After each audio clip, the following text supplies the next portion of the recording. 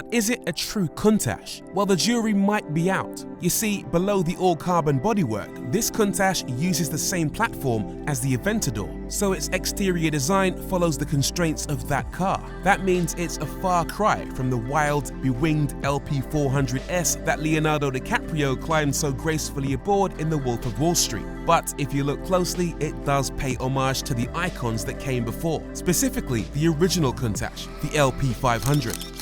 The Countach is one of very few Lamborghinis that isn't named after either a bull or a bullfighter. The word comes from the Piedmontese dialect and it means plague. This is literally the Lamborghini plague.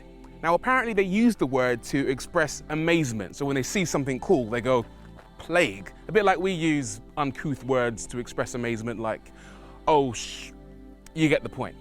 Now to be fair, when I first saw this car in pictures, I wasn't blown away. However, in person, it's absolutely gorgeous. And to be fair to Lamborghini, there's a lot of features that pay homage to the original Lamborghini Countach, and a lot of features that are definitely plague.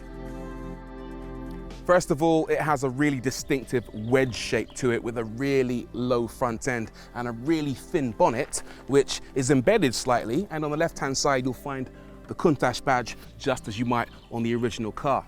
The bonnet itself has very similar lines to the original Countach, and when you look closely just up here, you'll find a floating spoiler section, which you don't notice at first, but when you see it, you start to really appreciate it. The headlights don't pop up.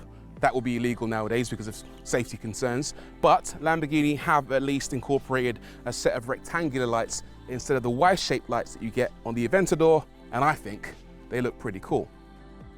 In profile, it's so low and aggressive with these really spectacular telephone dial style wheels inspired by the original car.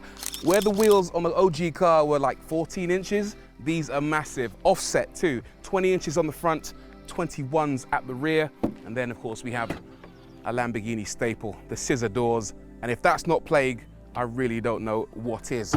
Then this enormous NACA style duct feeding air into that 6.5 litre V12, and a smaller set of air scoops just above that, which again, inspired by the original Countach. Now, it's a bit smaller and a bit less silly, and speaking of a bit less silly, it doesn't have a permanent rear wing.